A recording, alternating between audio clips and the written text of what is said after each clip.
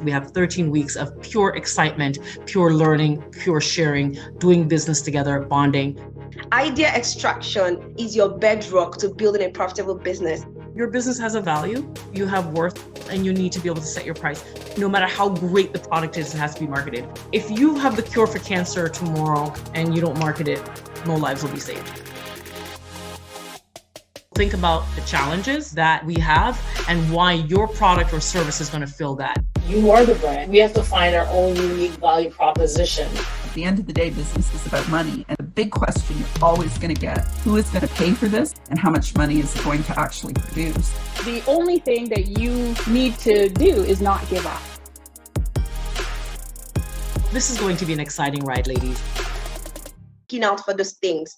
That's one of the things visualization does for you. And to put visualization into action, there are 3 key things that you need to do. The first is to transition.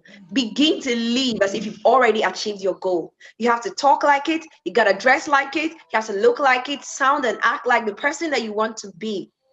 Do one task a day that brings you closer to your goals. If you leave yourself, you would give excuses for the next 12 months and you will never achieve any goal. However, if you break your tasks down and do one task every day that brings you closer to turning that idea into a business, then you would defeat procrastination and build consistency. Before you know it, it becomes a natural thing that grows with you. And as you lay your brick one by one, your business is moving up. And finally, daily affirmations. Speak positive words to yourself every day. If you want to see yourself in Forbes magazine, speak it. If you want to see your business as one of the top businesses in Canada, in the United States, in the world, you have to keep talking and affirming those things. You have to speak it until it becomes your reality. So we'll go to idea roadblocks. Have you ever nursed an idea for years? Or watched your peers go far in life while you're still in the same spot? Have you ever talked about what you want to do with your idea but no action? Have you seen your idea being implemented by others? Are you wondering why you're still stuck? The answer to these questions is what I call idea roadblocks.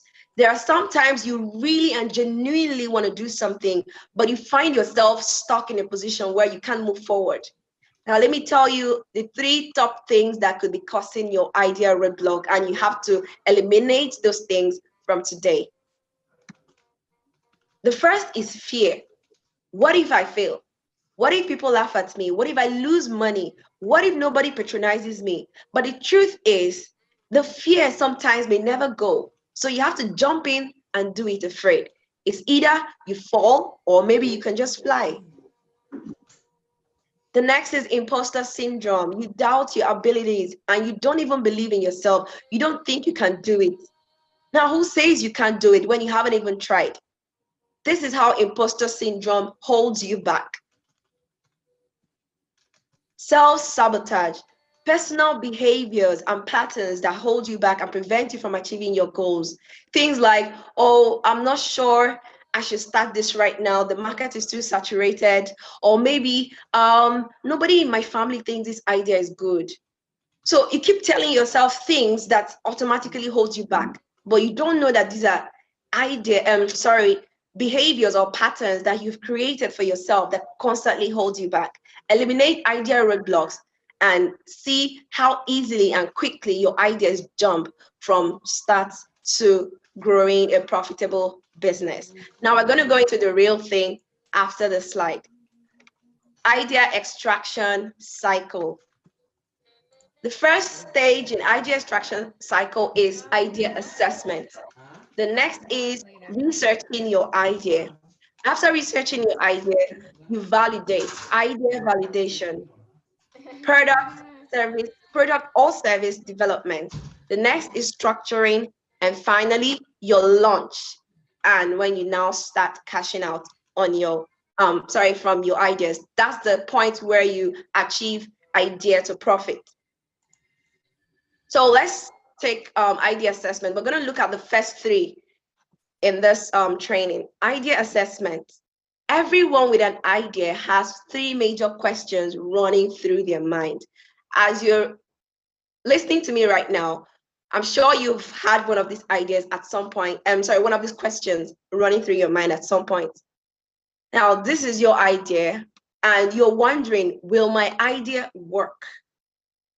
The next thing, or the next question is, will people see value in my idea? And lastly, can I make money with this idea? Now, the idea assessment concept takes you through feasibility, acceptability, and profitability. Feasibility means, is this even going to work? Before you move into creating a business, you have to first understand or find out if your idea will be feasible. Will it be accepted in the market? Is it going to be profitable? Now, idea assessment takes you through finding out these three things before jumping right into a business. I always tell people when I do trainings that the first thing to do before starting a business is to lay the foundation, just like building a house. Idea extraction is your bedrock to building a profitable business. If you jump in without understanding these three concepts, then your business may be having some struggles in the future. Now, the assessment. With so many questions running through your mind about this idea, you're not quite sure how to begin.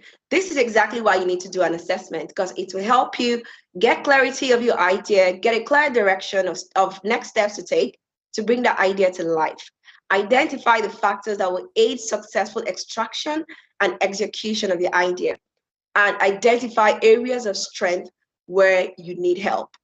The image you see on the right is a tool that I created for aspiring business owners like you who want to go into a business and thinking of those three concepts, whether the idea will be profitable, feasible, or acceptable. This is my idea extraction tool. It's free and it's going to be accessible to you at the end of this training. Now, the assessment questions. These questions are questions that will help you to assess your idea and know whether it will be profitable, acceptable, or feasible. There are 10 major questions, but in this training, we're going to look at 6 because we don't have enough timing. When you get the idea assessment tool, you can go through the 10 questions. The first is your idea solving a problem?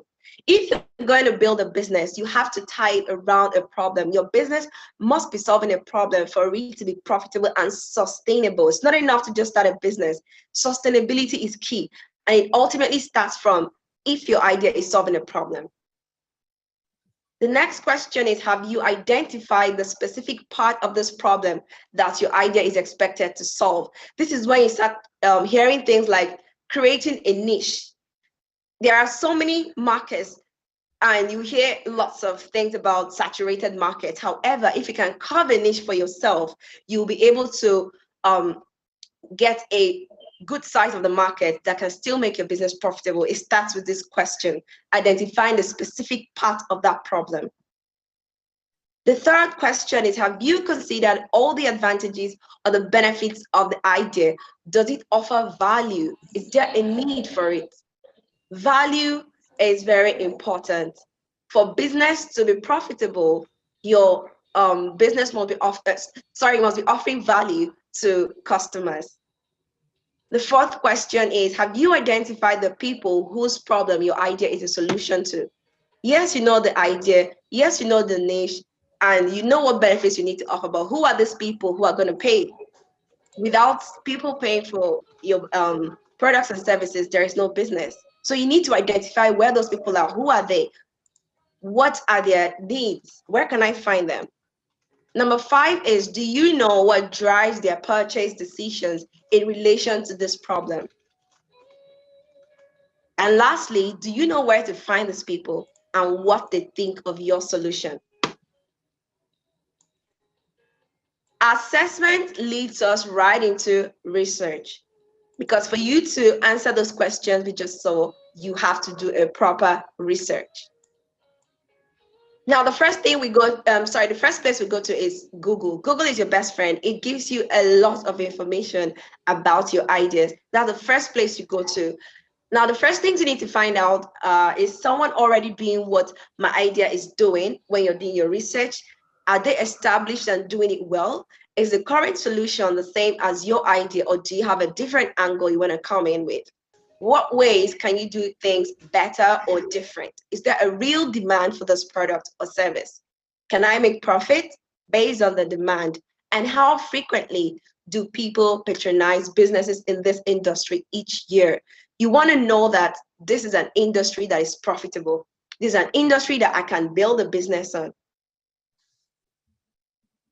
And you have to research your market. The first market research you do is understanding the market size. This is the number of potential customers and revenue size for your business. It gives you an idea of how big the market is and potential sales volume. When you understand your market size, it helps you to plan.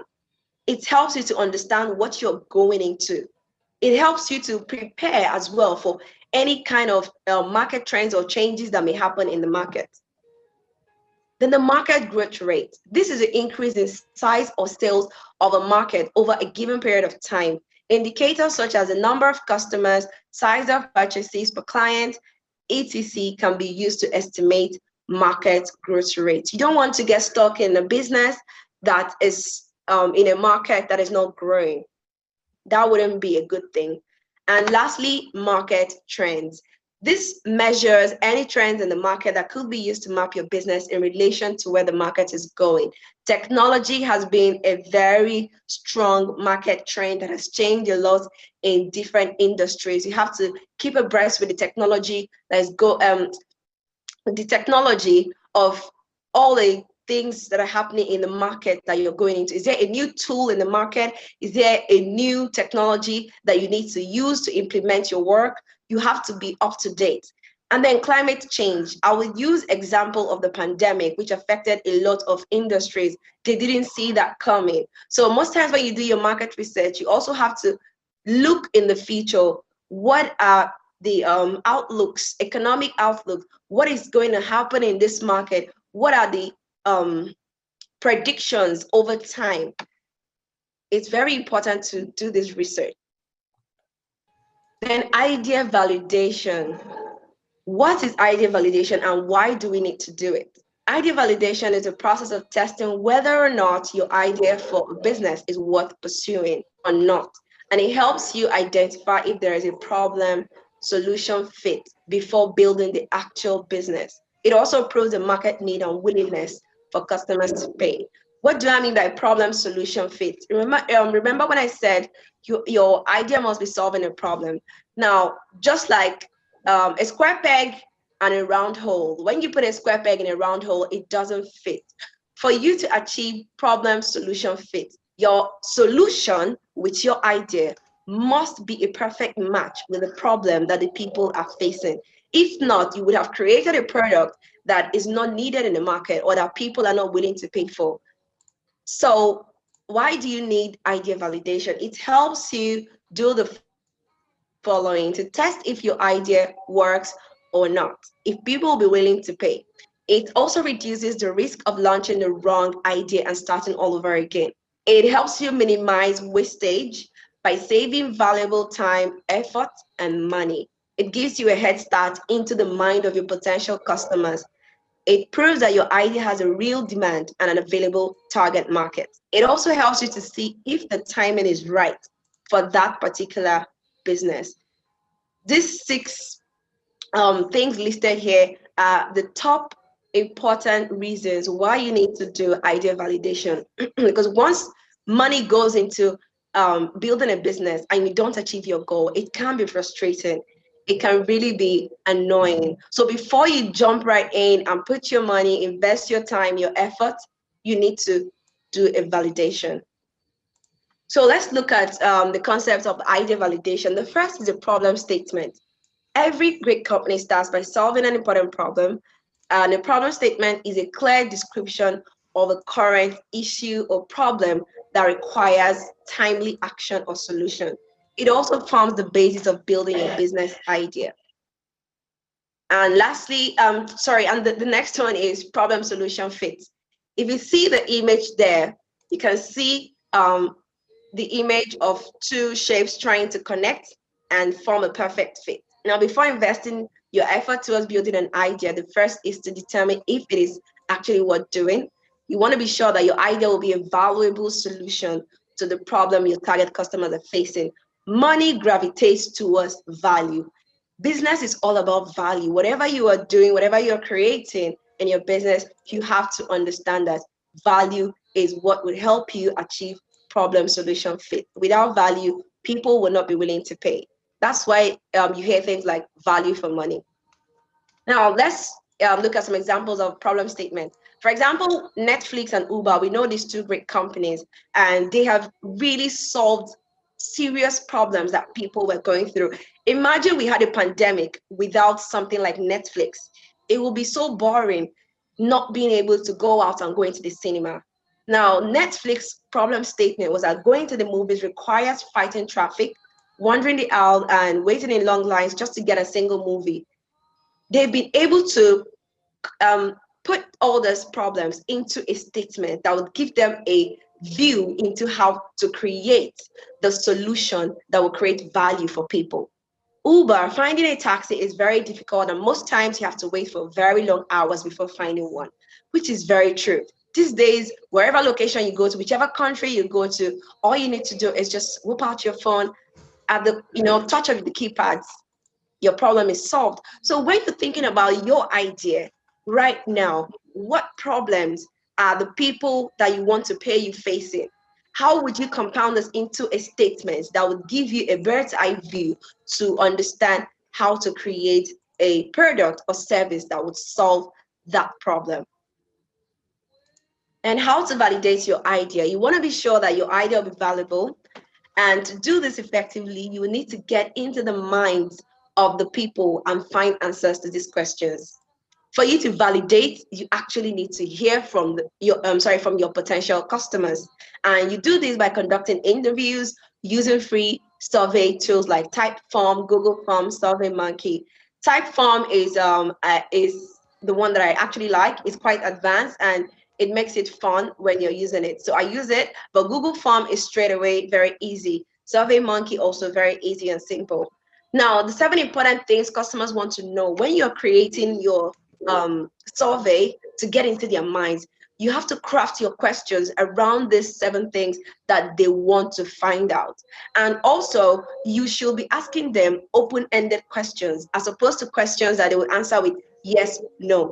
Those questions that are going to give you, the answers to closed questions will not help you. But when you ask open-ended questions, then they will tell you exactly what is in your mind, and it will help you to create a product that would solve their needs. So the first thing is, what product, service are you selling? Is it of good quality? What is it made of? How will it benefit me? Why should I buy it? Will it solve my problem? And will it be better than the solution I'm currently using? Now, that last question, you need to know that before you go into this business and create your product or service, so many other people have been doing what you're doing. Now you need to show how yours is going to be unique. You need to have a competitive advantage in the market. You need to have something unique about what you're bringing into the market.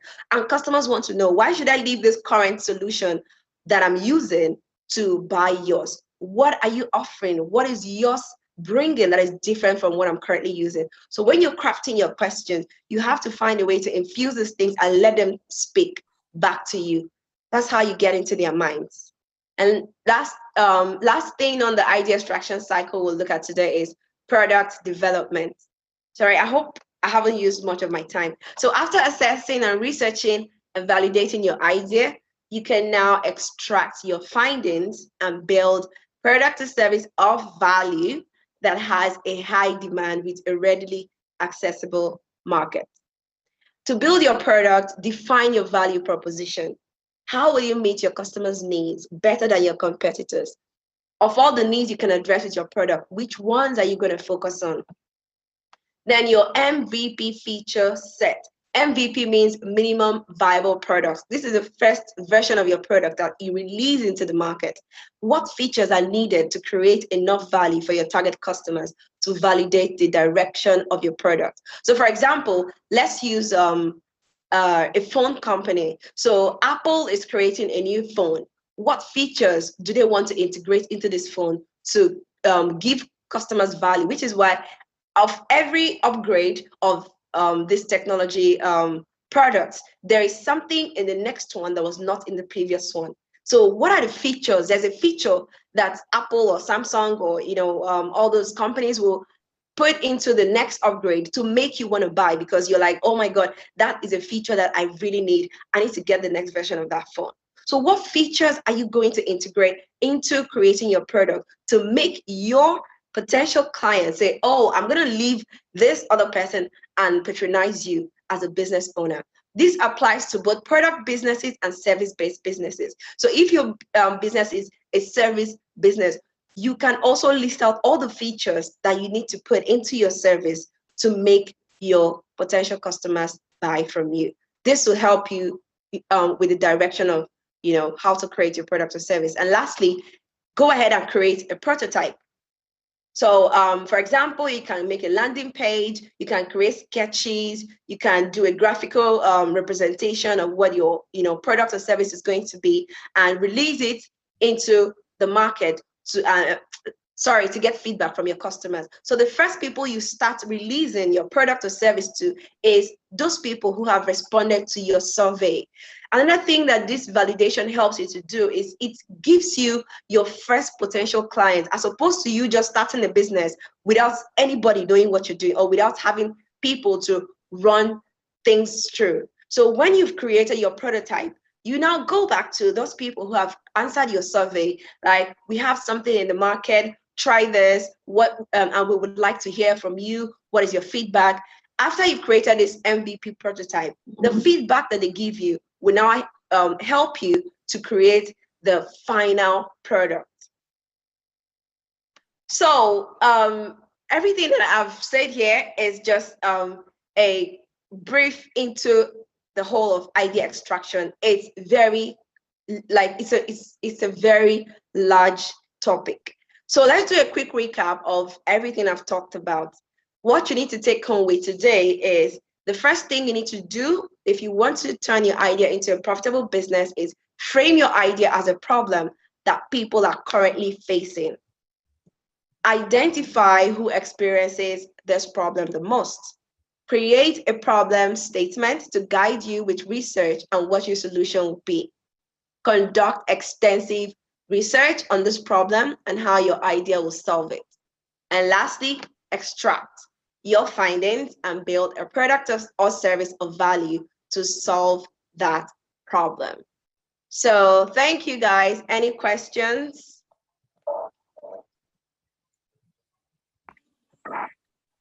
Thank you very much, Linda. This has been very insightful, and very in-depth. Can you all hear me? Mm-hmm. So any questions? Yes. If you have any questions, you can just unmute yourself and ask. Otherwise, some people sent me some questions privately, and I can just read out. Okay, while we wait for...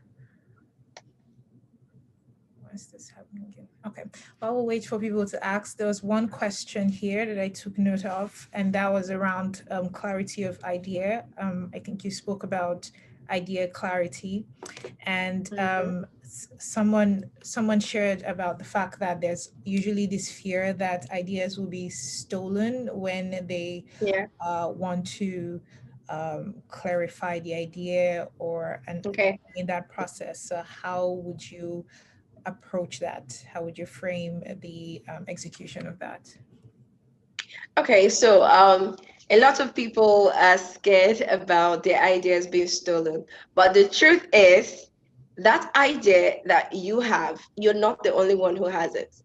At the same time you're thinking about that idea, or before or after you have thought about it, at least about 10 other people are thinking about this idea. The only difference is going to be execution. So the way you execute your idea and bring it to life is never going to be the same with someone else.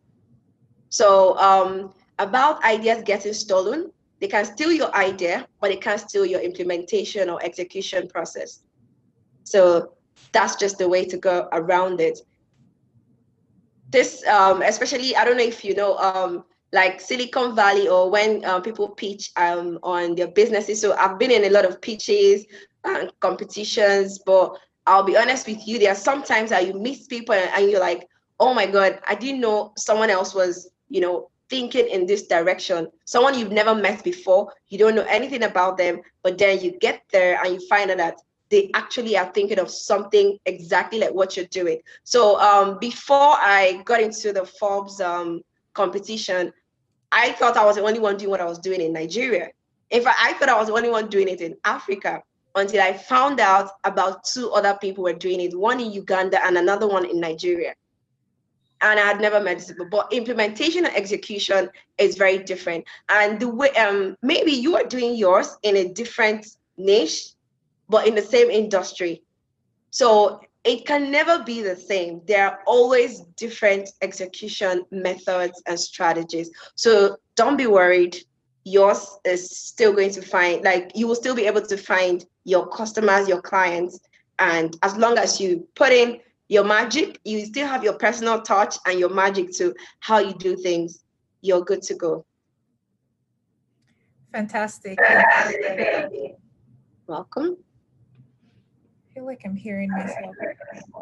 I can hear you though. Okay. Okay. Next question is around market research for small businesses. How do we execute market research to an in-depth degree when I am a small business? Just to flesh out this question, a lot of small businesses are like either operating with really limited personnel or limited human resource, and we know how heavy market research can be. How would you approach like market research when you have very small capacity? So I would say market research really is never going to end. As long as your business continues, even Coca-Cola till today, Apple does research. Market research is an ongoing process. It continues going. So I would say take it one step at a time. So if you're starting out small, do the best that you can. And what I just showed you right now is only one aspect of market research. It's a lot deeper. There's competitor analysis, there's a personal analysis. There are so many other aspects of research. Research is very wide. So you take the chunk you can at your pace. You pace yourself. However, as your company grows, you are going to continue doing research because you don't want to stop at where you are currently. You don't want to remain a small business. You want to grow from that level. So you want to find out, what next can I do? How can I do better? How can I serve my customers better? How can I make my business better to compete with other businesses in this industry? So it's a continuous process, but don't let yourself get overwhelmed. Take it at your pace. As long as you know that you are making progress, you just have to continue. And if you get to the point where your business can eventually pay someone to do the research, then you can pay someone. That's why a lot of companies have the R&D team, research and development. It's an ongoing process. Thank you. Claudia, I think you have a question. You can unmute yourself and ask. Okay. Hi, I have a question. I'm not too sure if you can hear me. I can hear you. Hi. Hi, my name is Kezia. First of all, thank you so much for taking the time to do your presentation. We really appreciate it. Okay. So my question is about the research aspect as well. What sources do you, like, I know that you suggested Google, but Google has a lot of information and sometimes the information can be inaccurate or it could be outdated. Do you have any suggestions for good resources that we can use in order to find more information about market size, market industries, growth rates, trends, those type of things? Yeah. Okay, thanks for that question. So Google really is just to give you a head start. Yeah, but when it comes to those details about market growth rate, market size, those are key informations that you can only find from some organizations. So for example, when you're doing your market research, look out for statistics or data from organizations like United Nations, look out from so basically, even if you're on Google, why I said Google is because Google would give you the head start, like I said, but these are statistics that organizations that are, already trusted would give you.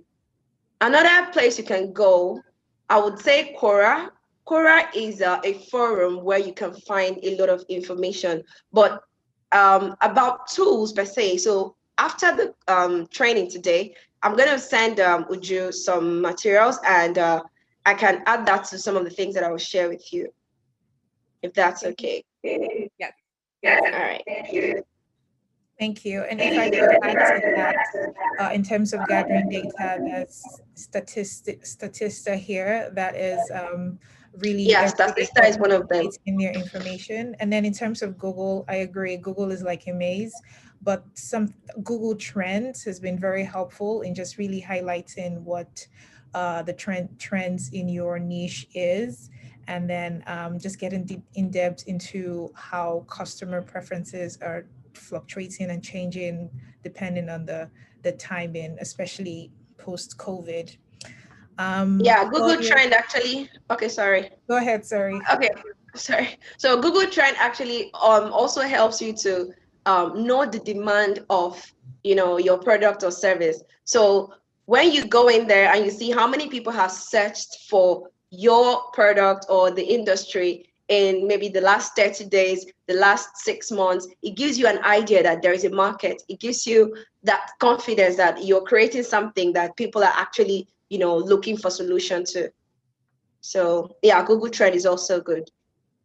Yes, I know this is your first time, so I would really advise you to stay on for, I believe that's week 5, where we're going to have someone from Google as well, just to highlight the key things that small business owner, the key tools and resources the small business owner should really not do without.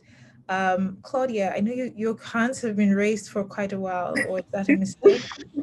No, it was not a mistake, and it shows you how patient I am. I'm so sorry. Go ahead, ask your question. That's all right. And actually, Linda, I didn't have a question. I just wanted to congratulate you on what you've achieved over the past few years, and to thank you for sharing that with us. I especially loved. You're welcome. But I especially loved how you introduced yourself, whereby stating the achievements and noting that was over the last 2 to 3 years. That was very effective. And I know that's one of the big things I'm going to take from tonight. So thank you. Thank you too. You're welcome. Okay, so I have one more question, and that is around idea validation after a product has launched. So is there, this is someone on call asking, is there a set time where you do idea validation, or can it be done after the product or service has been launched? Okay, so there is idea validation and there's product validation. For product validation, that's called product market fit. Yeah, so you need to do idea validation before you go into creating your business. When you do idea validation, it helps you to reduce some of the mistakes that you would have made when you start this business, because validating an idea ultimately saves you, it saves you a lot of stress in the future of your business. We already know that building a business can be stressful, but idea validation reduces that stress at least to 50%. It takes off a lot of work from you. So validate your idea before you build the first prototype. Your MVP is going to be the first version of what you launch into the market. So creating a prototype or an MVP would help you to now get to the stage of product validation. So product validation is the second part. So I also have a course, idea extraction course, which is a 6-module course that explains all of this in details with worksheets, assignments, and projects and things that can help you to understand it better.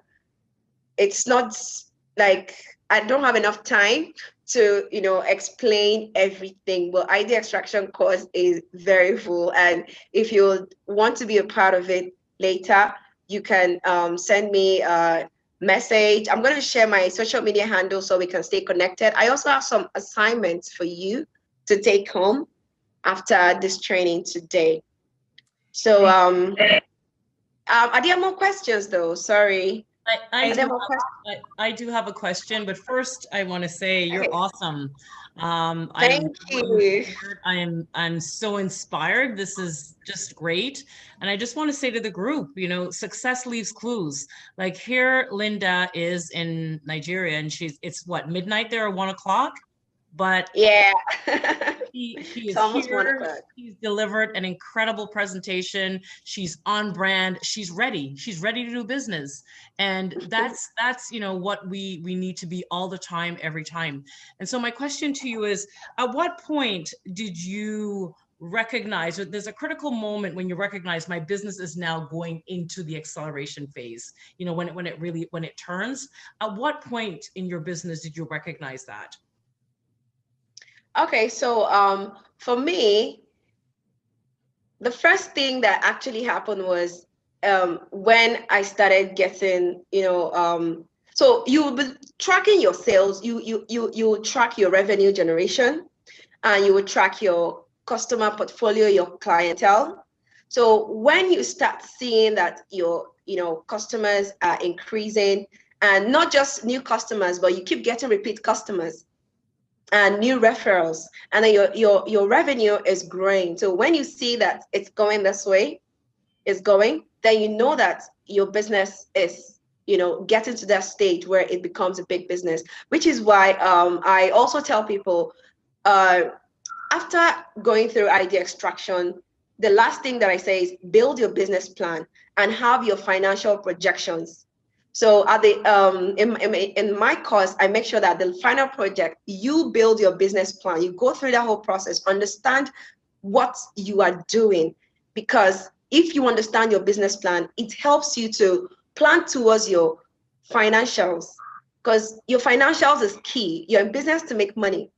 So when you see that your projections are coming into place, so you have a projection in the next 2 to 3 years, I want this business to be making so $1,000 or $1 million, and this and this and this is what I want to do, or how I want to achieve that. So you start planning to achieve that. If you're selling a high product, a luxury kind of product, how many customers would you sell those products to in the next how many years to get to your goal? If you're selling maybe a regular commercial product, how many customers are you targeting and how do you want to get there? So as you grow, you measure. As you grow, you measure. So if you don't have something that you're working towards, you will never know when your business is growing. So you need to know and keep track and measure your growth. I think I hope that answered the question. Yeah, thank you. You're welcome. Fantastic. Do we have any other questions?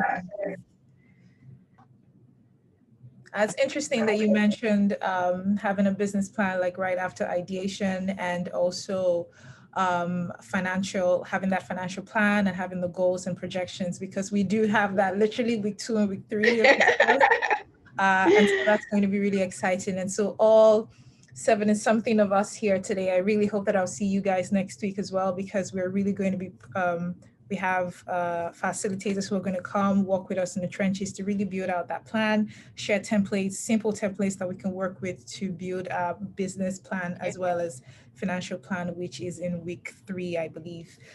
So thank you. Is there any other question? I'm just looking through my DMs now to see if there's...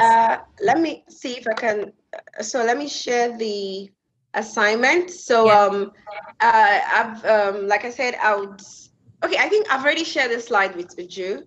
So this is the assignment you have to do to, after this class. I think you should try and do some of this assignment. And the tools that I have that can help you, the idea assessment tool, then I have an idea extraction toolkit that would give you some of the things that would help you to achieve, extracting your idea.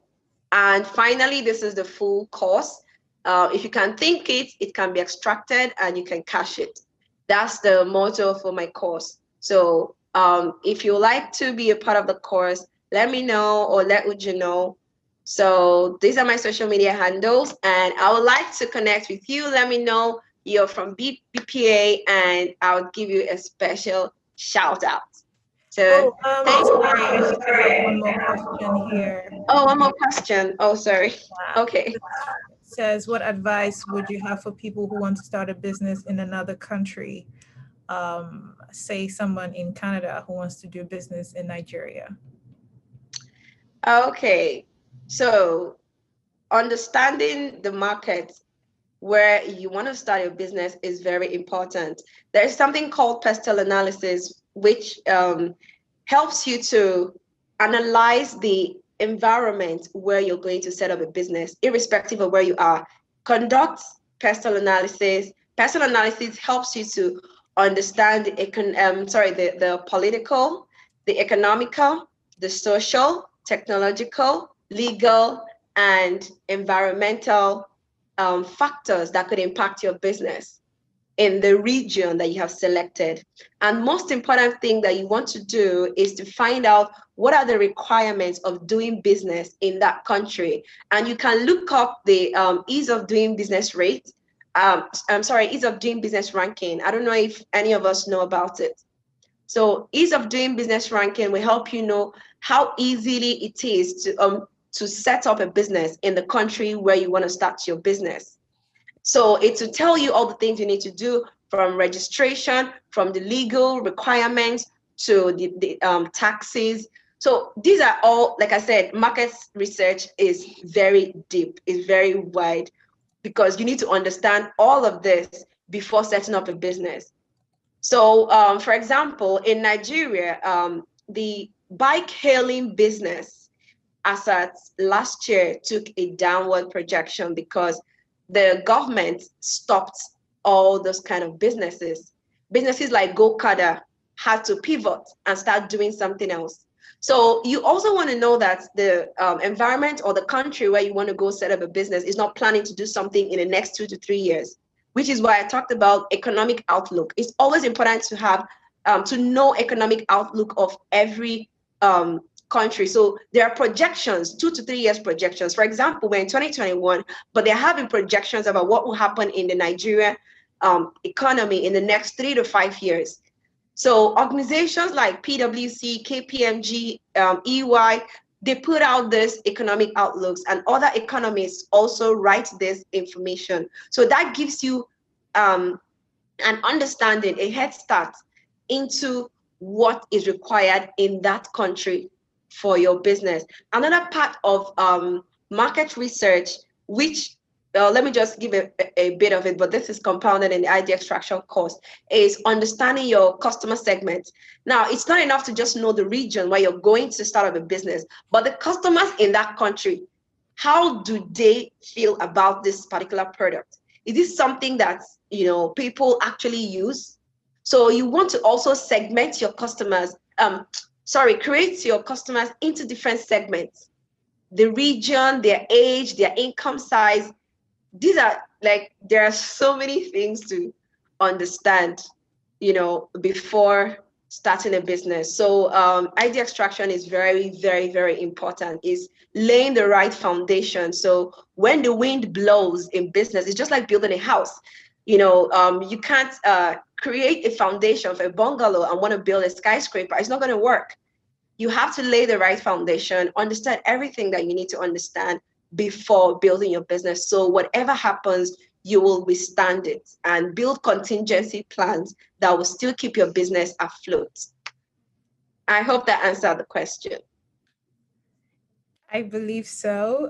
She texted the question, so yeah.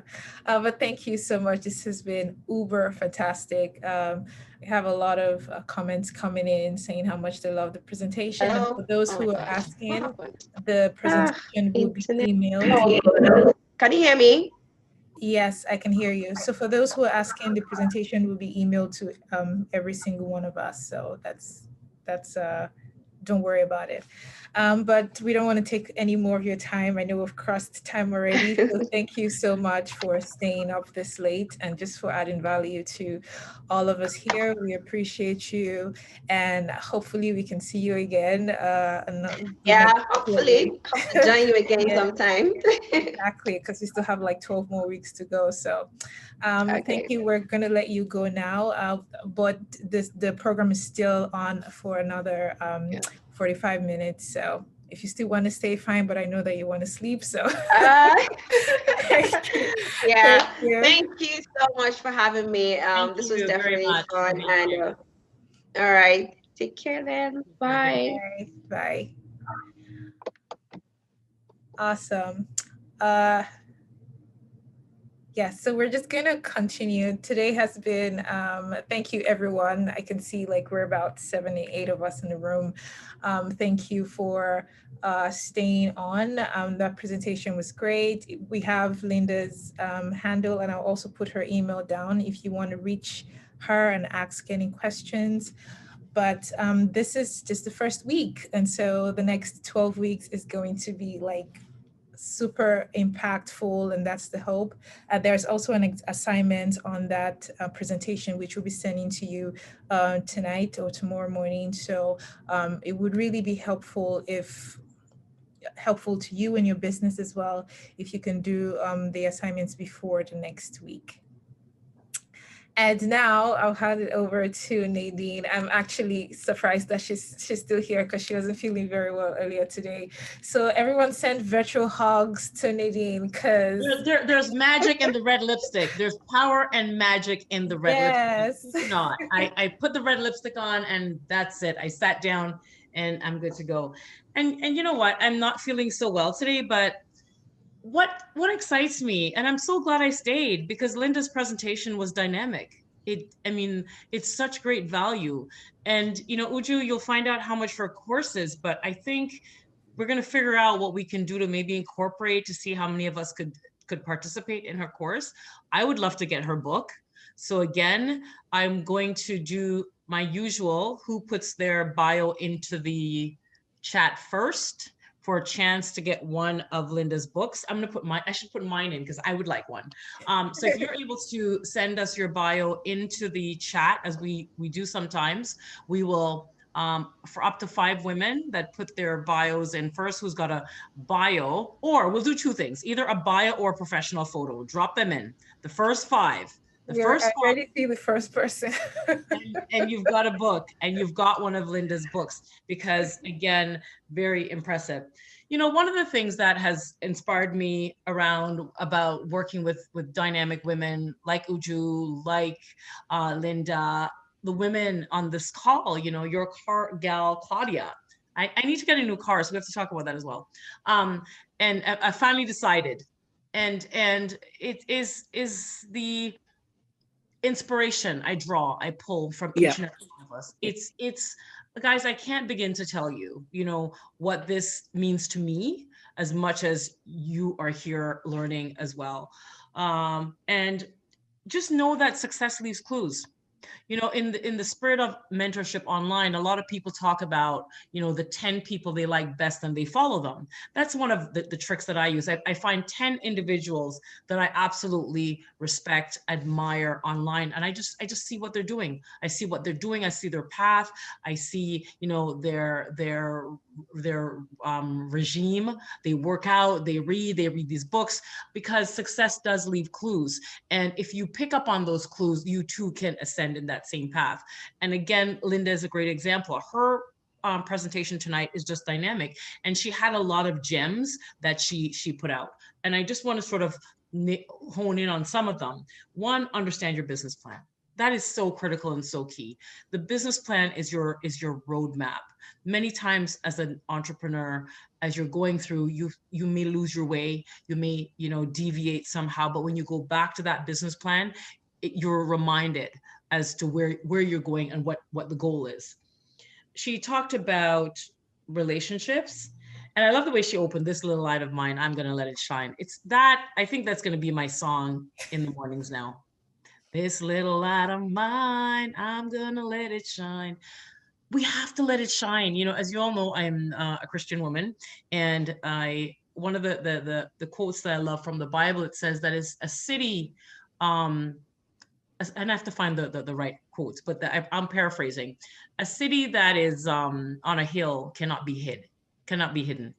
And the explanation of that is that if you're filled with light and you're on a hill, you cannot be hidden. You will shine. We will shine. And so that is an important thing, because in the entrepreneur's journey, we're going to have, it's cyclical. We're going to have days where it's up and days where it's down. And in my first session, I talked to you about my happy folder. I have a happy folder, and I was given that advice a long time ago by a friend of mine that said, Nadine, you're on a trajectory up, but in that trajectory up, you're going to have days when it's sad and it's down, and you're going to need to reference that happy folder for days when you need inspiration. So I have a folder in my drawer, and now I keep my happy folder on my phone, and days when I need that pickup, I look in that folder. And as I store now, you know, other people have their vision boards, but in mine, I've got songs, I've got things that just when you need it, it just picks you up and it takes you through. So I like that, this little light of mine. She talked about that I really had, her whole idea about the idea assessment, idea roadblocks, key cornerstones. You know, I think when we take the course or when we get the book, we're going to look, or maybe Uju, we can get her to come back in another session and really delve deeper into that, because I think there's a lot to unpack there. And then she says, you know, for a business to be profitable, we must offer value to our customers. We must offer value to our customers. And what is it we're solving? Yeah, there's a lot of different businesses, but what is it we're solving? So for example, Claudia, she's your car gal. That's it. So she's solving a need when you need a car and you want someone who's going to care and really go through all your reasons why and all the wonderful things she does. That is her unique value proposition. She says it, I'm your car gal. That's me, you know? So she's solving a particular problem in a niche that's very competitive. But you know, what's interesting is that whenever I hear someone and they say they're thinking of a car, I think about her. Just because of that tagline that she's got and her personality. So we have to think about what is the niche, what is the need that we're solving to our audience. And then she talked about a target market. As you all know, I talk about audience persona in the world of marketing.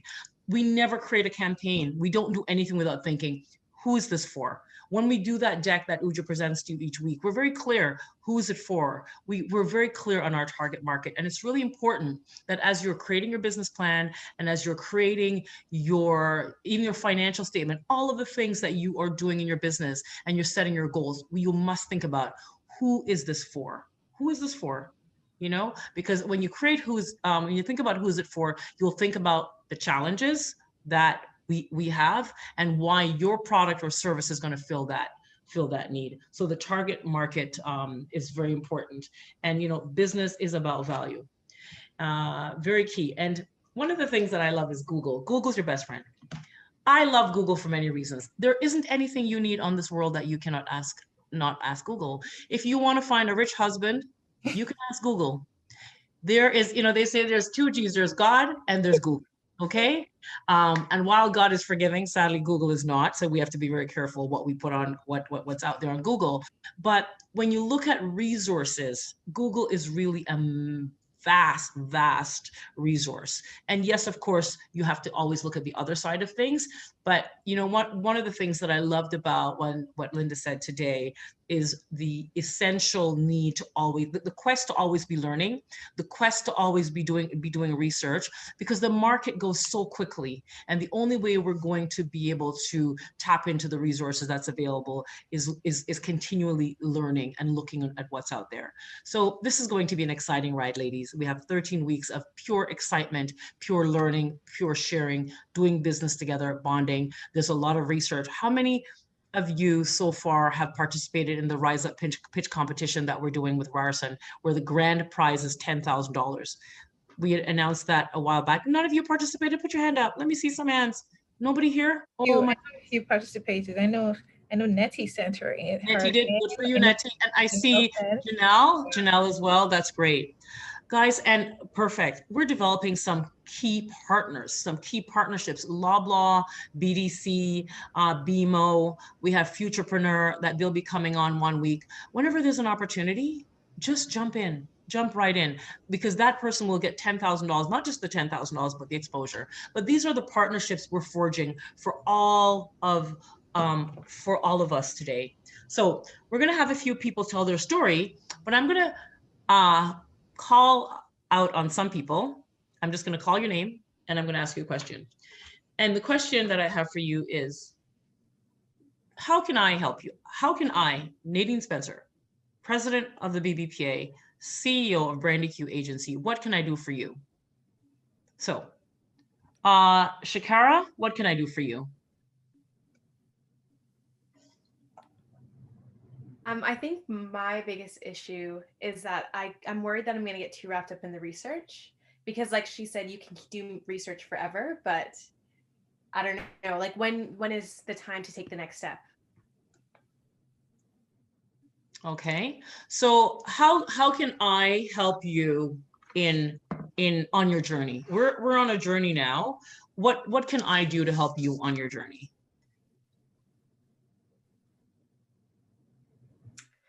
I think resources is a good one. I think we mentioned in the presentation that a lot of us are running small businesses, so sometimes it's hard to find the market research, I guess, for your specific niche. So I guess figuring out where the best places to find those resources would be great. Great. Okay, so we'll put that down and we'll have that. So I'm going to ask, who else wants to tell me what I can do for them? Nettie, did your hand go up for that, or was your hand up already from before? Okay, we have Yugoana. I apologize if I'm not saying that correct. So Yugoana, can you tell me? Hello, good morning, everyone. Hi. Okay, thank you so much for this opportunity. Personally, where I am in the journey of my business. Meanwhile, I was very happy to have listened to Linda. Linda is really my personal coach or my business coach. That said, where I am in my business journey now is that I'm trying to expand my business. I have a target market. My business is that what I do basically is that I process smoked catfish. I make it easy for people to access freshly smoked catfish or freshly and hygienically smoked catfish. My business was given birth to as a result of an experience I had over a long time ago, having to buy a carton of fish for Christmas and noticing that all already had mold inside. So because of that, I now decided to start thinking of how to make it easy for people to get freshly and hygienically smoked catfish. So that's basically what I do. And it's been an interesting journey. So where I am in the journey of my business is trying to expand my customer base, because my target market basically is busy professionals, those that are not able to go to the markets often to source it, and those that are healthy food seekers, those that want fish but they want it hygienically processed. They don't want it already molded. They don't want it already fly infested and all. So they want it fresh and hygienically smoked. So I know there are so many people that need the product, so many people that want fish very fresh. I'm also trying to develop a market of Nigerians that live in diaspora, because I know a lot of them do not get to, it's not easy for them to source freshly smoked catfish. The market that I'm trying to also develop, I have a few of those customers, so I'm trying to also develop this. I notice also that my business has a lot of third-party dependencies. I'm also trying to cut off that. So those are that's where I am in my business. Those the things I'm looking for. Like I want to be able to smoke myself instead of outsourcing it. I also deliver. Now I use a delivery companies. At times you experience disappointment. So those are the third party dependencies I'm looking at also cutting off. Great, thank you. Where are you where are you located? Okay, Lagos, Nigeria. Okay, okay, yeah. Thank you. So so Uju, we're going to definitely have to expand our resource reach. Absolutely. But thank you very much for sharing. And you know, we're all part of a WhatsApp group. So if you'd like to be added to that WhatsApp group so we can connect, network, build relationships with each other, please send your info to Uju. And you know, and this cohort, what I'd like us to do as well, we're going to create a BBPA Boss Women page on the website. There is one already, and we're going to add to that our squares of our businesses together for this group. And so also just send that information, and as we're building it out, you will be featured on the Boss Women's page. And also on the BBPA business directory, please send your business there and please add your business to the directory as well. All right, thank you so much, Ugonwana. Can you pronounce your name for me? Okay, Ugonwa. Or you can just make it easy, you can just say Ugo. Okay, Ugonwa. Okay. No, I'm going to try to say it right. Ugonwa. Thank you so much. Yeah, and next, that's a fair attempt. Okay, great. Thank you. So next we have Kiza or Kezia? Kezia. Kezia? I think for me, so yeah, this is actually my first time being part of this program, so I'm learning a lot. I don't have a business as of yet, but I'm always someone that's always thinking of a million things I would like to do. And I think my biggest issue right now is I do self-sabotage. I think when Linda was talking about that, I felt like she was talking to me. I felt like, you know, I get in my own way, or a lot of my fear of failure gets in the way. My fear of what my ideas are, potentially not profiting, or, you know, me potentially embarrassing myself with trying and failing. Those are the things that are really in my mind and is preventing me from really moving forward with some of my dreams. So motivation on that front, I think, is the most helpful thing, because I feel like it's kind of like a hurdle that's preventing me from really moving forward with anything else. So any tips on that or any support around that would be super beneficial. Okay, great, thank you. You know, and also one of the things that's come out of the pitch that I negotiated for was that we would have coaching sessions, some coaching sessions given to some of the women in this group. Uju will figure out a creative way of how to do that and get it. But, you know, since you're the first one that asked, you can certainly we'll put you on that list to get the coaching sessions, because, you know, the whole goal of this program is to enrich, support, and give help to all of us, so we can move the needle forward as we grow our business. So thank you for asking that question, and we will definitely connect back with you. Okay, the next question we have, I'm just putting the list on the chat. So we have Nettie, then Dami, and then Jessica. Go ahead, Nettie. Thank you, Nadine. So what I really, really would like from you is help with marketing. I believe I've done some research. Maybe you might think it's not enough, but I really think I have to get out there. I need help with developing a very dynamic website and Instagram, so I can go out there and reach more people. I do have my target market in mind, but I still think I have room to go and let other people know. And hopefully by then, by doing that, I can impress my target market, because I know there'll be a lot of work needed from my end to get into their space. So that's where I really think I need help, is market visibility, getting myself out there. As you know, I do hot sauce. If you walk into supermarkets, there's tons of hot sauce in there. So I have to make myself, like you say, I know my niche market, so I have to make myself visible, not necessarily in all the supermarkets, because that's not where I want to be. So that's where I need help, and we can talk about that more on a one-on-one basis, but that's Yes, where we need the help. yeah, absolutely. Thanks, Neti. Absolutely. Thank you for sharing that. And definitely. So Uju, you're making a list of all these for me, please. With yeah, and so we'll follow up with these individual needs. And then we have Dami. Hi, Nadine. Thank you so much for the opportunity. So I founded a company called Cranberry, and what we do is sustainable baby products. So like baby towels, reusable nursing pads, and we've worked really hard on educating people and just trying to get them, especially when it comes to nursing pads, instead of using disposable nursing pads that you can get through loads of them, it ends up in landfill, and you're wasting money. Whereas if you use reusable ones, you just wash them and you use them over again.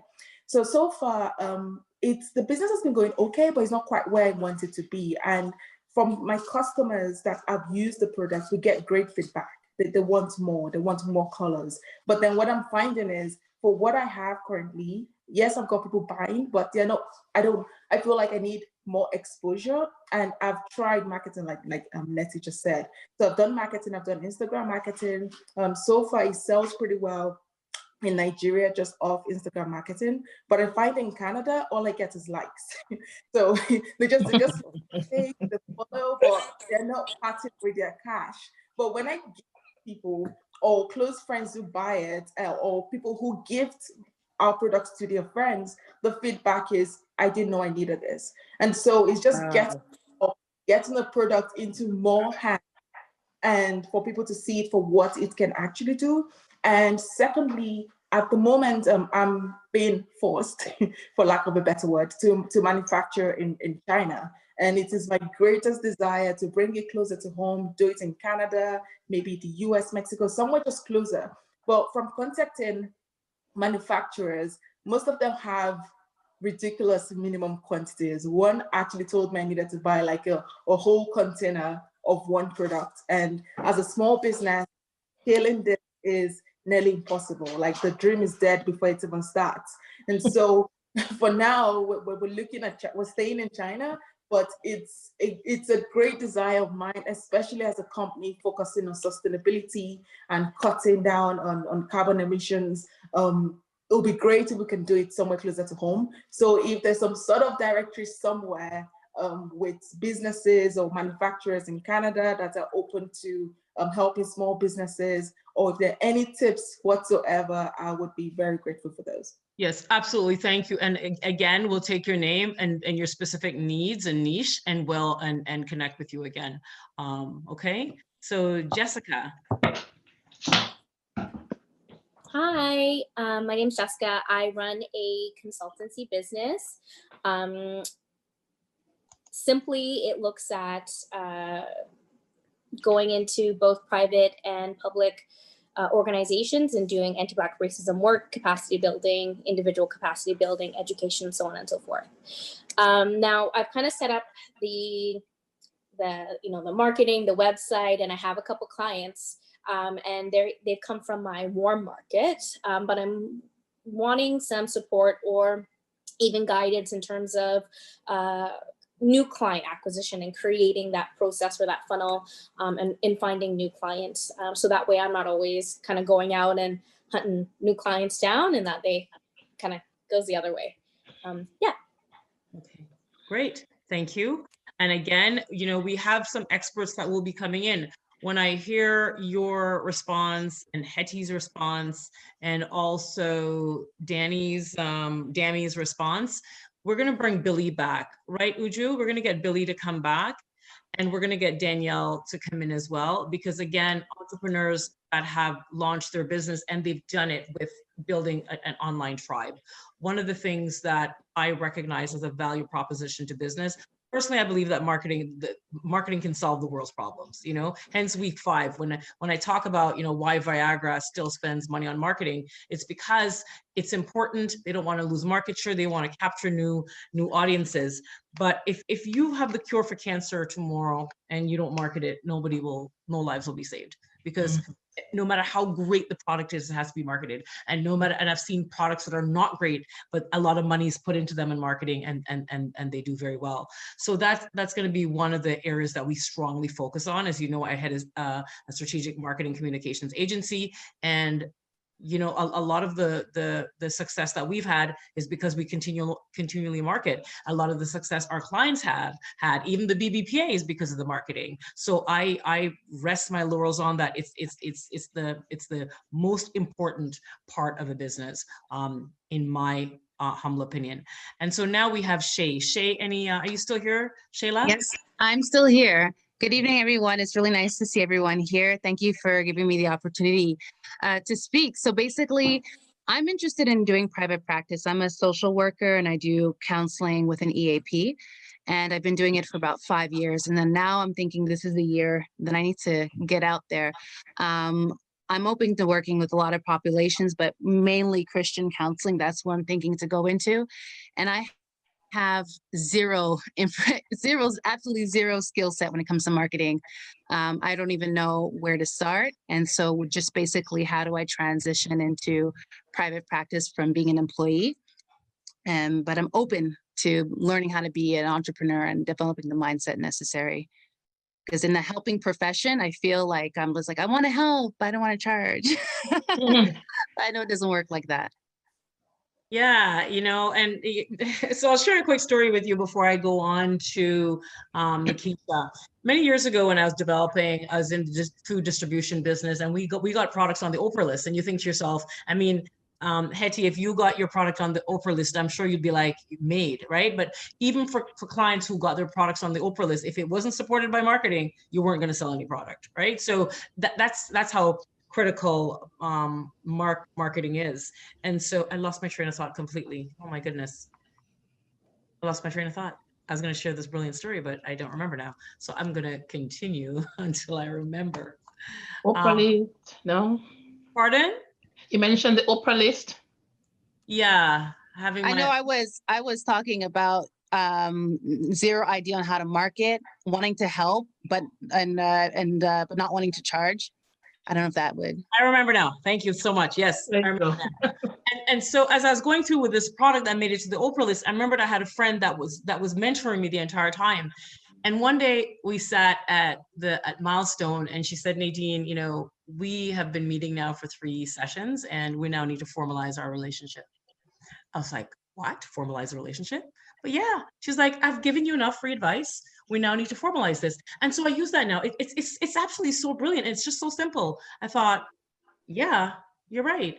And so we formalized that relationship. And now when I do coaching sessions, I talk about monetizing your brand. Do you know that one of the things that we notice when we ask Black women entrepreneurs, how much do you charge? There's always there's this song and dance. I don't know. And maybe, what do you think? You should pay me this. And not just Black women entrepreneurs. I find Black entrepreneurs. I had a gentleman that came and painted my walls, and I said to him, you know, what's your rate? And he said he doesn't know I should give him what I think. I said, I think $1. That is what I think. He goes, you have a conscience. I said, I do have a conscience, but I'm also the head of a Black business professional organization, teaching people their value and their worth in their business. And you must come with a price. You know, it took, he walked out the door, and I did not pay him. I was willing to interact the $1, but 3 days later, he sent me the price. And I thought, you now need to understand that your business has a value, and you have worth, and you need to be able to set your price. So if on the last day, I'm going to ask everybody their service list. I want you to be able to send me a 1-pager with your service offerings. Hetty, you'll send me your sauce, but everybody, we have to have our value, our pricing. If we don't know what we're worth, how's the other person going to know what to pay us? You know, they'll pay you $1, they'll pay you less.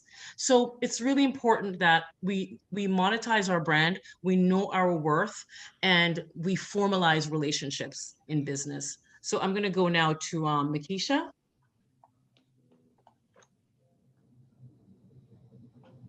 Are you still here, Makisha? So maybe we've lost you. No, I am. I'm here. I'm here. Okay. All of a sudden, my kids came down. The husband came down. The water was running. I'm sorry. Okay. All right. No, it's all good. It's all good. You're here. Go ahead. Thank you so much. I appreciate all of the information and everyone just sort of sharing. For me, what I would really love assistance and guidance with a mentor.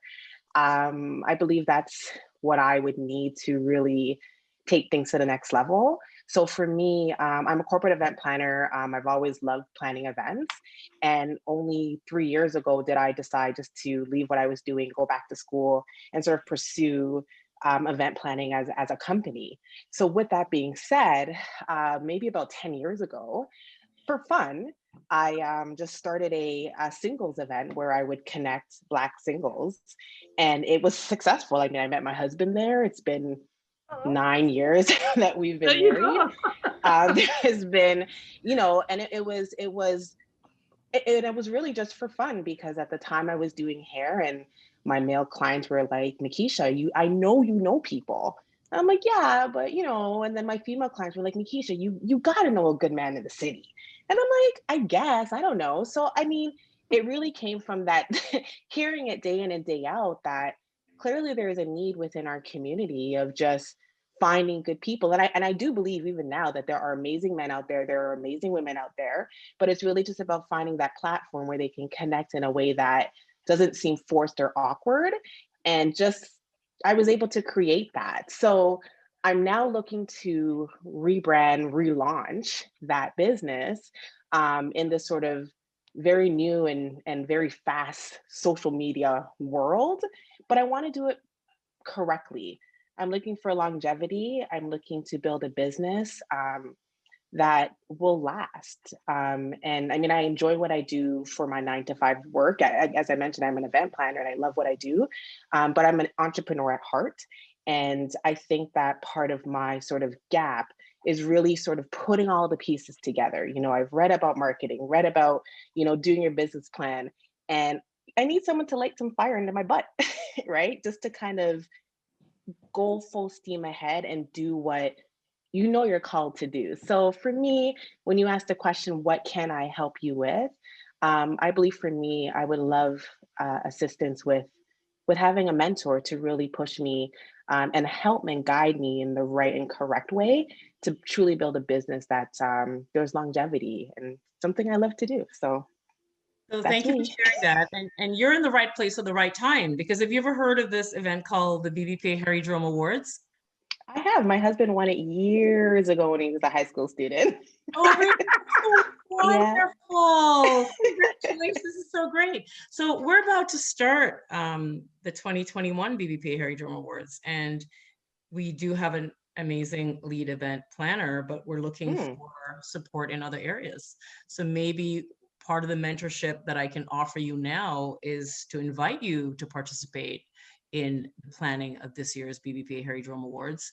And I'm one of the learners of that I like experiential learning. So I like to, as I'm being taught and I'm learning the theory, I'm doing the practice at the same time. So I could offer you an opportunity to work with our BBPA Harry Drum Awards. And when you're done, when it's done April 25th, it's April 17th, but the event always ends way after, right? Yes. You would then have this wonderful experience. You would have a great organization that you've done a stellar event with. And of course, you would have myself and Frederica and the team as your mentor, and you would be able to put this on your resume, which, anything you do for the BBPA, you are bankable. You just become bankable, right, Uju? Awesome. Always. You can take it to the bank. Yes, absolutely. I am saying 100% yes. I see she's about to give Bumble and the rest of them a run for their money. That's exciting. We need a Black-owned business in that space. Absolutely. Yeah. So that's what I can do for you. That's what we can do for you, and all the networks that I bring to the table can do for you. And there's a wonderful question by Patrice, but Patrice, I want to think about what you're asking. You've asked a very important question, and if you would allow me the opportunity to take it back and just think about my response, and then I'll respond to you. So I hope that's okay. All right. I do want to add though, sorry Nadine, before you go on, I shared a link. It's a Google form. I hope that everyone can see it in the chat. I'm going to share it again, just so that please, when you can, if you can fill it like ASAP, please fill it so we can just track what you need, what your business needs. And it's easier for us. So instead of tracking comments here on the chat, we can track it, but it's just easier if you fill that form and everything, it's all there, like your name, your email, what your business is about, where you're located, and what you need. right? So I've shared that link again. Please, if you can, it's very beneficial to you so that we know what you need and we know the resource that we can connect you with to help. Great. And then also I see a question from Julianne on tips on scaling a business. We're gonna give you that, you know, and we're gonna have takeaways for you to have. What I want to leave you with, two things. One, use your resources as much as you can. You know, a quick question. Everybody put up their hand. Who has a housekeeper? Who has a housekeeper? Put your hand up in the blue or the I'll try to do mine. Who has a housekeeper? I'm putting up my hand. Can you see mine? Yeah. So I think in the entire group, maybe 3 people has put up their hands to having a housekeeper. And so here's the value in the housekeeping. I remember many years ago, I went to a big seminar they had at the Toronto Convention Center, and a woman stood up and said, if you're cleaning your house still, and you're a business owner, it means that you're not really paying attention to where you should be, because you clean your house, but what is it? What is the cost of that? What is the cost of cleaning your house? And what does that really mean? You're taking away time, either whether it's self-care or putting your time into your business. So today I got home and I called Uju and I said, Uju, I'm not feeling so well. You know, I almost wanted to say I wasn't going to come, but I said to her, I'm just going to be at the top of the event. And I was feeling like blah, and then I don't have any orange juice, and I thought, oh, I have to go to the store. But I quickly remembered my daughter telling me about Uber groceries. So I went online and I ordered the groceries and I ordered the water and all the things that I need. And I thought I would have had to take like an hour, go to the grocery store, do all of this. And all I paid, you know, they charged $6, and then I gave a $10 tip. And I thought, for $16, I got my time back. That's why I have the energy to be here. So I think when we're building a business, we want to look at prioritizing what it is we spend time on and where the value is. So maybe it's not today or tomorrow you're all going to hire a housekeeper or get Uber to do your groceries, but just think about that opportunity cost and what that investment could be for your business, especially as you grow. And then finally, because I believe marketing solves all problems, and one of the things that I recognized very early that changed the trajectory in my business was when I identified my brand as a persona, my company as a persona. What is my company? Who is it? Is it a her? Is it a him? Is it a they? What drives this company? How do they feel? I imagine that my business is a person. And if you experience my organization, Brand EQ, and even now the BBPA, it's like you're experiencing a person. It's not just a building with 4 walls. There's a vibe to how we present our brand. And that's what each and every one of us have to do. You know, Makisha, you, Shay, you, Nettie, same thing. Hetty, I keep saying, but you know, Nettie, your thing says Nettie, right? I'm Nettie. Yes. Okay. Oh, and then here's Hetty and Nettie. Okay. There is a Hetty, but I'm Nettie. Yes, Nettie, exactly. Same thing. You know, what is the persona of your sauce? Your sauce is called non-joke, right? So what is that? How does non-joke look in the brand in the marketplace? And the moment you do that, that is what people will come to. That is what people will come to. It's not an easy way to find it, but what I'm hoping to do over the next 13 weeks is we'll come to some area where you can say, this is my brand persona. Who's got a great brand persona? Claudia, your car gal, Claudia. She really has her brand is that. And so we want to get to that for your respective industry. That's what we want to get to. And Dami, I can think about what your brand persona can be. I see it as clear as day. You know, so we're in the right space. We're all here as a support. We're going to learn, we're going to inspire, we're going to leverage and just connect and do awesome, great things together, because the future is ours. Despite what the numbers say, there's a big number when we look at white women businesses are in the trillions of dollars. Ladies, we can get there. We can get there. And so I want to thank you for being a part of this journey with us, and ask me anything. You know, if there's anything you want to ask me, don't feel it's too much. I'm an open book. You can ask me anything you want to know about business. You have a mentor here, you have a friend, you have an ally, and you have a supporter. So, use me wisely, and the organization and all the resources that we bring to the table. Thank you. Thank you. I have a few questions before we wrap up for today. I see Mira's hand is raised. I see Melissa. I'm going to call her Melissa first because I think she sent me quite a number of messages. So Melissa, if you have a comment, please, or a question, please unmute yourself. Thank you, ladies. Hello, queens. Hello, bosses and future bosses. Hey, I like that. We receive it. We receive it. Yes. Yes, Yes. thank you for holding this space for us to learn and educate ourselves. It's not easy, especially as Black women, to find the resources and navigate throughout. So I just want to say thank you for that. I am starting a business. It has not launched yet. I'm in the process of branding it.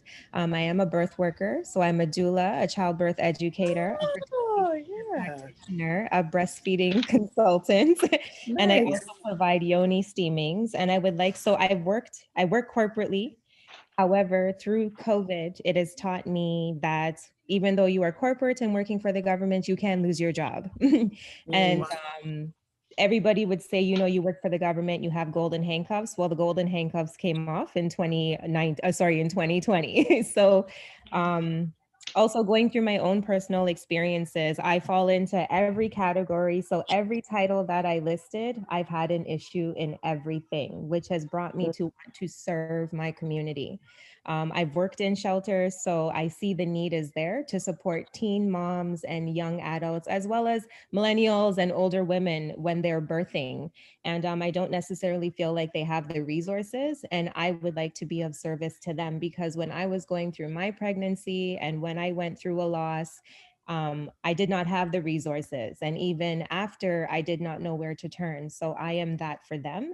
And I just want, I have a mentor in the doula world. However, I do not have a mentor in the marketing field. So I need someone that can coach me and mentor me on how to launch successfully and how to scale the business.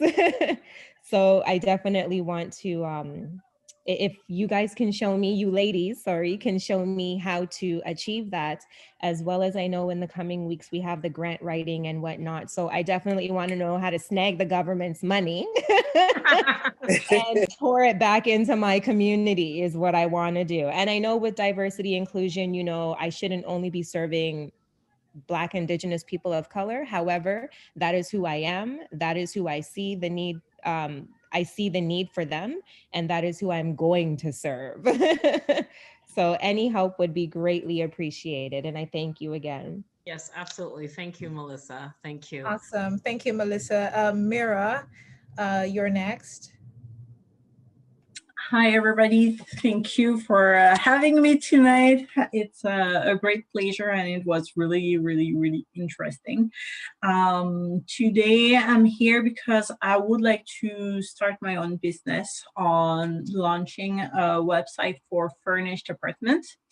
The thing is, like, I cannot get out of my way of thinking and overthinking, like a lot of stuff, like on my buying persona. Like, I identify 2 different type of customers, and I just want to have like more clarity. Like, if I have like a mentor that will guide me like through like the process on like better identifying like my own personas and how to monetize as well, because like that's one of my main issue is my idea is interesting. I run like some surveys. There is like some needs in there, but like, how do I get paid to do that?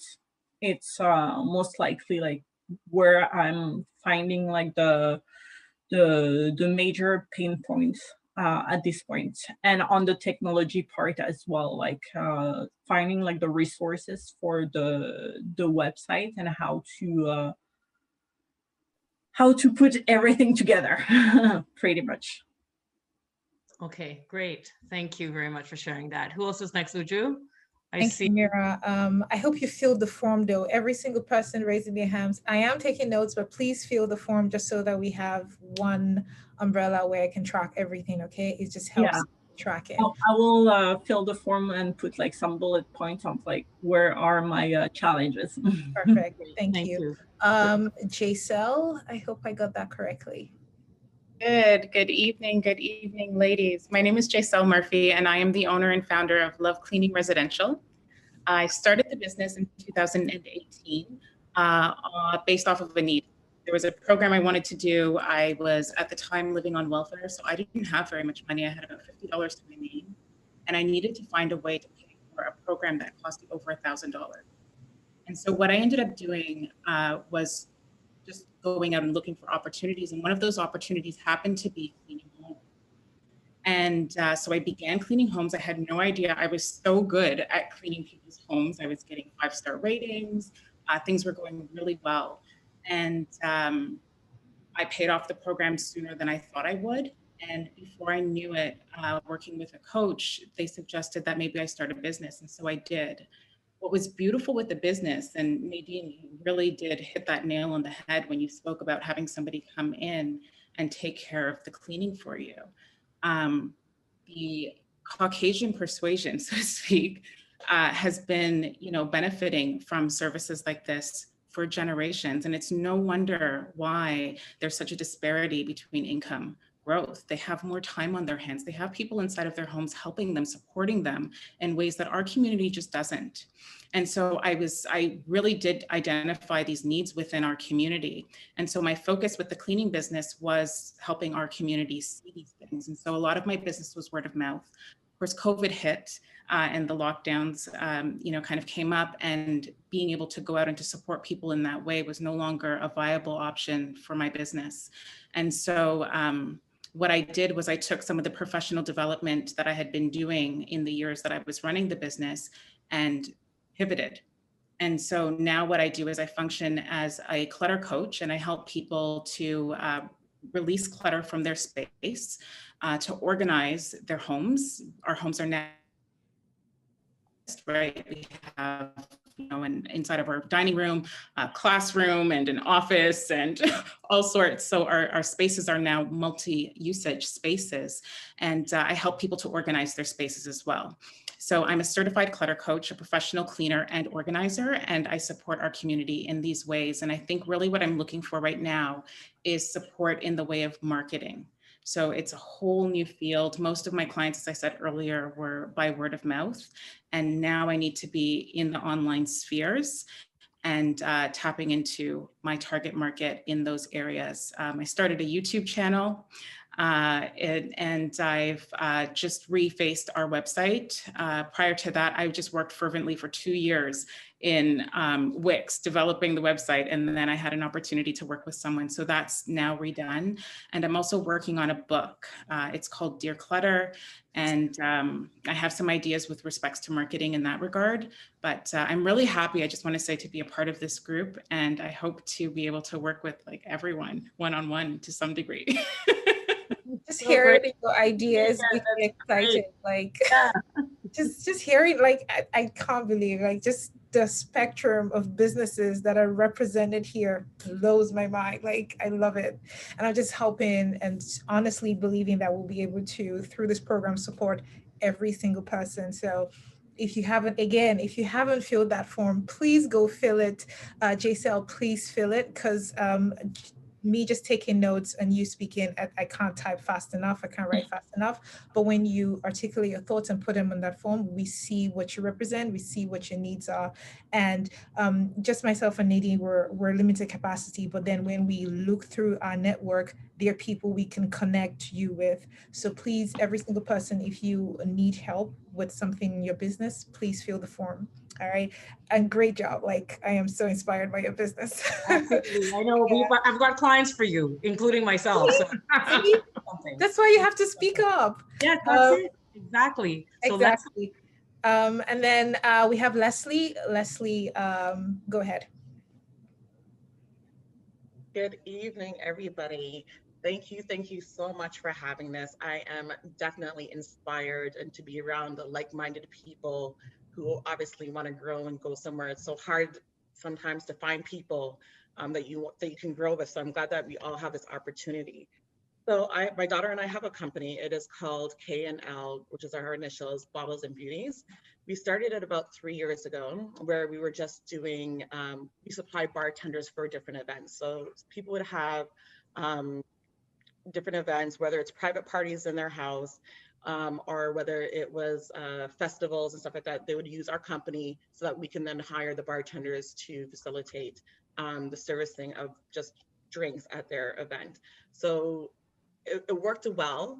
Then we, because they would only have to deal with me, they wouldn't have to worry about scheduling, paying people, anything like that. It was just a one-person contact, and we take care of everything else. Then we kind of expanded and we said, okay, you know, we're also going to include bottle service girls because my daughter is younger. She's like in the 20s and everybody's buying bottles at the clubs. So we had trained people, and so we were doing bottle service as well. And then we even went into doing catering, not well, basically serving the food. So you would have the food brought, and then we have a service to serve your food, whether it's a sit-down dinner or buffet style. So that was all great. Everything was going well, as everybody else's business was going well. And then we had our 2020 year lined up with all different events, all different festivals across the spectrum, and then COVID hit. So being in the hospitality and entertainment industry, we obviously took a hard hit. Then we're like, okay, how can we rejig ourselves to kind of still be relevant and still offer a service? So then we got into a bottle delivery, and then we started doing like Father's Day packages, like baskets. We would put like drink packages together, and we would actually deliver the package. People can order it, and we would drop it at their father's house or whoever they wanted to's house. And so that went well. But then we just kind of died down, and then we just kind of like let it rest. So now that I'm here and I'm in this, I got kind of re-energized. Something that Lydia's mentioned is the contingency plan. Like, I mean, I guess something is like that should be something that we actually think about. That should be in our first thoughts of business plans, but it's actually not. I mean, we didn't have anything. We're going off the fly by our seat, just trying to like reinvent and to stay relevant. But I would need help with developing a contingency plan. Sorry, I had to write everything down. So contingency plan, and ideas how to incorporate technology. Although we are providing a service, is there a way that we can include some type of technology within our company to make whatever we provide easier? So there, maybe it's easier transactions, maybe it's like a tap and go or a service or something that we can offer. And then in regards to marketing, I kind of want to get specific because I do have a marketing background, but I kind of wanted to get more of, so not only networking, but like a geo marketing. So kind of like actually targeting different sectors within the community on how we should, or where we should be promoting. So that would also include, like, you know, when you're on your Instagram or Facebook, you get these pop-up ads like from people's just random businesses, but sometimes they're not targeted properly. So I wanted to get kind of more specific as to how can you target your audience better? And then lastly, I obviously need help with presentations because I do presentations to promoters, to event owners. And a lot of the time I have problems presenting. So I would love to have like some type of coaching, some type of speech coaching. So that would be it. Thank you. I know you're doing a good job right now. So I feel my voice, like I can feel it shaking. I get nervous inside. I hate talking. Like and then I start fumbling. So yeah, so any type of, thank you very much. And I don't have, so that, thank you. But yeah, I'd like to get more help with that. Sure, and I've taken notes. I hope you filled the form. Yeah. But yeah, great job. I would not have, like, I would have pictured that you'd say you needed speech coaching because you spoke so well. So great job. Yeah. I think Hetty did have her hand up, or she did put her name. Hetty, did you put your name in? I just wanted to give you an opportunity to say something if you did. Okay. I could be wrong. Hetty, are you good? Okay, Uju, close her out. We just have one more person, and that is Elodie. Okay. Oh, yes. Okay. We have two people. Okay. Okay. Hi. Elodie, go ahead. Yeah. I waited the last minute to raise my hand. My sister talked, so I could not talk as well. She motivated me. So I had no. Here? Yeah, Mira. Oh, okay. Nice. So I don't have a business per se, but I have an idea that I'm working on. Like, it's been maybe 3 months I'm working on with a friend. So what I want to do is to be able to have more like the voice and the face of Black professional, like Black successful people, or people with inspiring stories out there. So I'm working on a podcast with a friend that would be bilingual, so French and English. The focus would be like so Canadian and French people who are like who succeeded.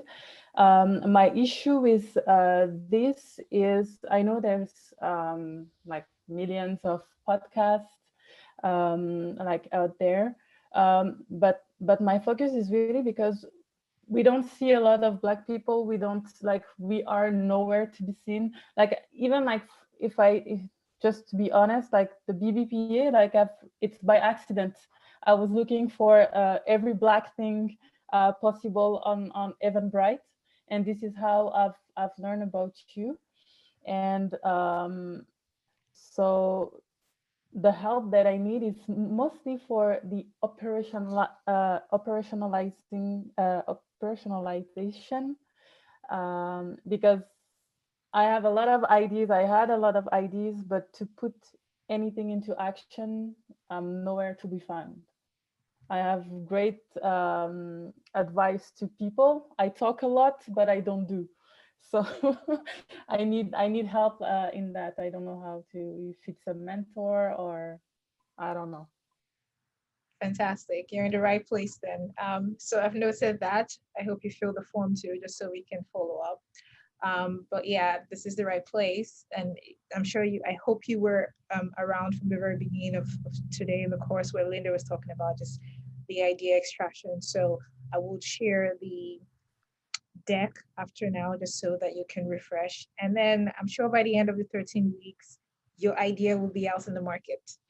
And the last person is Jamila. Please unmute yourself and go ahead. Good evening, sisters. Thank you so much. My sister actually told me about this. I believe she's in the chat, Top Scholars. So I just launched my business yesterday. So I have a lot of nervous energy, guys, so just bear with me. So I sell bath teas and facial steams, and the business is called Mila's Medleys. I got into this just because, especially, like I've always had an interest and a desire to, like I do facial steams on myself, and I've always had friends and family ask me like, can you make this for me? I have not been a big risk taker. So I decided this is my time. I'm going to do this. I'm going to launch it. So it's officially out on social media. And I know that I'm just kind of looking for any tidbits moving forward to build and maintain the brand. I have a daughter, so I'm definitely interested in generational wealth and just, yeah. I'm here to soak up everything. Great. That's great. Good to have you here. Thank you. Okay, so we're like 2 minutes out. We have quite a number of hands raised, but we're gonna keep that till next week. So yes, please expect my email to, I hope everyone registered via the Eventbrite, because that's how I have your emails. If you somehow found the link through a friend, please register via the Eventbrite link so I can have access to all your emails, and then I can send the deck across to you. Within the deck is your assignment as well, so you will need to do it before next week. So yeah, that's it. Thank you everyone for staying through to the very end. It's been incredible just listening to all your ideas, listening how far you've gone, how far you plan to go. It's very inspiring. And one thing that we had in the first cohort and second cohorts is we were kind of like a sisterhood here, like a family. So it's quite inspiring to see 2 sets of sisters already, or 3 sets in here. So yes, let's make it, by the end of this session or this program, we'll probably all be sisters already. So please share this link with your other friends and other neighbors that own businesses, just so that they can be a part of this and we can all learn and grow. Jamila talked about generational health, so it's not just our immediate family, but it's all our community together, right? So yeah, thank you so much. If I didn't get to your question, I'm sorry, but we will do that. We'll do this again next week, in addition to the facilitators that will be coming in Next week is business planning. You do not want to miss it, especially if your idea is still in the idea stage and you need that plan to push it out. So please come early. If I were you, I'll come grab my seat 10 minutes before it starts. So that said, have a good night, everyone. Have a good night, everybody. Thank you.